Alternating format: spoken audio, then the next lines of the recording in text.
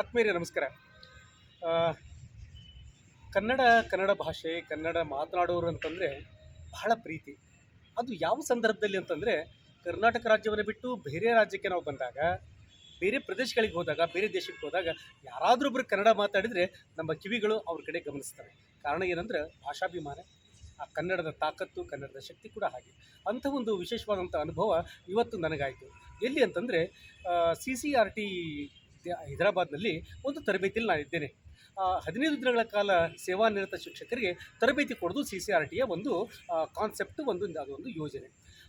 ಅದರ ಭಾಗವಾಗಿ ನಾನಿವತ್ತು ಪದ್ಮಿನಿ ಮೇಡಮ್ ಅವ್ರನ್ನ ಭೇಟಿಯಾದ್ವಿ. ನಮ್ಮ ತರಗತಿ ಕೋಣೆಗೆ ಪದ್ಮಿನಿ ಮೇಡಮ್ ಅವ್ರು ಬಂದರು.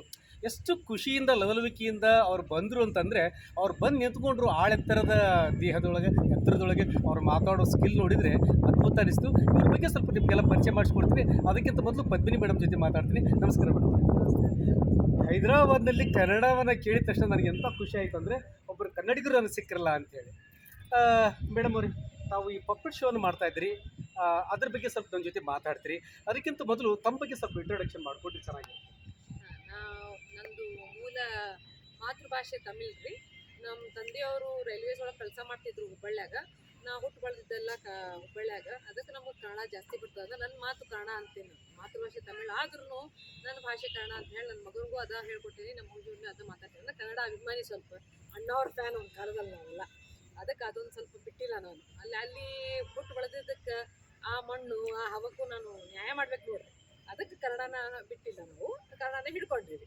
ನಿಮ್ಗೆ ಅನ್ಸುತ್ತೆ ಮೇಡಮ್ ಅವರು ಮಾತಾಡ್ತಾ ಇದ್ರ ಪದ್ಮಿನಿ ಮೇಡಮ್ ಅವರು ಬಹುಶಃ ಮೋಸ್ಟ್ಲಿ ಧಾರವಾಡದ ಭಾಷೆನಂತ 100% ಧಾರವಾಡದ ಸ್ಟೈಲ್ ಅದೇ ಕೃತೋದಯಂ ಕಾವ್ಯ ಪ್ರಯೋಗ ಪರಿಣಿತ ಮತಿಗಳಂತ ಹೇಳುವ ಒಂದು ತಿರುಳುಗನ್ನಡ ನಾಡಿನಲ್ಲಿ, ಎಲ್ಲಿ ಸ್ಪಷ್ಟವಾಗಿ ಕನ್ನಡ ಭಾಷೆ ಮಾತಾಡ್ತಕ್ಕಂಥ ತಿರುಳುಗನ್ನಡ ನಾಡು ಕೊಪ್ಪಳ, ಪುಲಿಗೆರೆ, ಲಕ್ಷ್ಮೇಶ್ವರ, ಒಕ್ಕುಂದ, ಧಾರವಾಡ, ಈ ಪ್ರದೇಶದ ಭಾಷೆಯನ್ನು ಅತ್ಯಂತ ಸ್ಫುಟವಾಗಿ ಮೇಡಮ್ ಮಾತಾಡೋ ಜೊತೆಗೆ ಇನ್ನೊಂದು ವಿಶೇಷ ಏನು ಗೊತ್ತಾ ನಿಮಗೆ?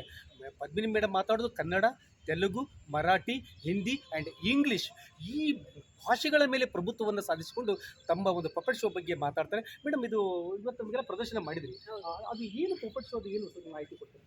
ಇವತ್ತು ಪ್ರದರ್ಶನ ಮಾಡಿದ್ದು ಗಣೇಶ ಕಾರ್ತಿಕೇಯ. ಅದು ಹಣ್ಣಿನ ಜ್ಞಾನ ಹಣ್ಣು ಅಂತ ಕತೆ ಬರ್ತದೆ. ಗಣೇಶ ಇದ್ರು ಅಣ್ಣ ತಮ್ಮದೊಳಗೆ ಜಗಳ ಅಂತ ಹೇಳಿ. ಇದು ಎದಕ್ಕೆ ಅಂತಂದ್ರೆ, ಈಗ ಒಂದು ಕುಟುಂಬ ಅಂದಮೇಲೆ ತಂದೆ ತಾಯಿ ಅಣ್ಣ ತಮ್ಮ ಸಹಜವಾಗಿ ಸಣ್ಣ ಸಣ್ಣ ಪುಸ್ತಕಿಗೆ ಮನೆಯೊಳಗೆ ನೋಡ್ರಿ, ಅಕ್ಕ ತಂಗಿ ಅಣ್ಣ ತಮ್ಮ ಜಗಳಗಳು ಸಣ್ಣ ಸಣ್ಣ ವಿಷಯಕ್ಕೆ ನನಗೆ ಹೆಚ್ಚು ಮಾಡ್ತಾರೆ, ಪ್ರೀತಿ ಕಮ್ಮಿ ಮಾಡ್ತಾರೆ, ಇವೆಲ್ಲ ಇರ್ತಾವೆ.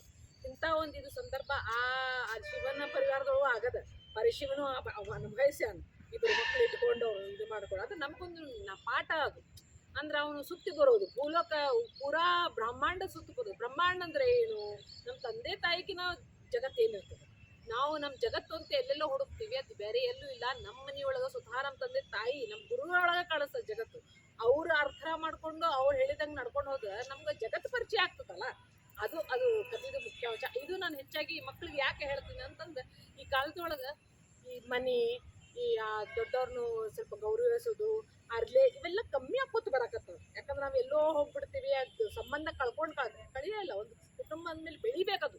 ಪ್ರೀತಿ ಹೆಚ್ಚಾಕೋತ ಹೋಗ್ಬೇಕು, ಒಬ್ಬರ ಮೇಲೆ ನಂಬಿಕೆ ಇರಬೇಕು. ಇದು ನಮ್ಮ ಸನಾತನ ಇದು ಆಚಾರಗಳು. ಇದನ್ನು ನಾವು ಕಳೀಬಾರ್ದು. ಅದಕ್ಕೆ ಸ್ನೇಹಿತರೆ, ವರ್ಗಪುಣೆಯಲ್ಲಿ ಶಿಕ್ಷಕ ಮತ್ತು ಮಕ್ಕಳೊಂದಿಗೆ ದಿನನಿತ್ಯ ವ್ಯವಹರಿಸ್ತಾರೆ. ಸಾಂಪ್ರದಾಯಿಕ ಬೋಧನೆ ಜೊತೆಗೆ ಮಕ್ಕಳಿಗೆ ಕಲಿಸ್ಬೇಕಾಗ್ತದ್ರೆ ಕಥೆಗಳ ಮೂಲಕ ಕಲಿಸೋದ್ರಿಂದ ಮಕ್ಕಳು ಆದಷ್ಟು ಬೇಗನೆ ಗ್ರಾಸ್ಪಿಂಗ್ ಮಾಡ್ಕೊತಾರೆ, ಅರ್ಥೈಸ್ಕೊಳ್ತಾರೆ, ಪಾಠವನ್ನು ತಿಳ್ಕೊಳ್ತಾರೆ ಅನ್ನೋ ಕಾನ್ಸೆಪ್ಟ್ ಇಟ್ಕೊಂಡು ಇವತ್ತು ಮೇಡಮ್ 20 ಮಕ್ಕಳನ್ನು ಟ್ರೈನ್ಡ್ ಮಾಡಿ ಅವ್ರನ್ನ ಕರ್ಕೊಂಡು ಬಂದಿದ್ರು ನಮ್ಮ CCRT ಹೈದರಾಬಾದ್ನಲ್ಲಿ. ಕರ್ಕೊಂಡು ಬಂದು ಇಷ್ಟು ಚೆನ್ನಾಗಿ ಬ್ಯೂಟಿಫುಲ್ ಆಗಿ ಮಕ್ಕಳು ಇನ್ವಾಲ್ವ್ಮೆಂಟ್ ಆದ್ರಲ್ಲ, ಆ ಹಿನ್ನೆಲೆ ಸಂಗೀತ,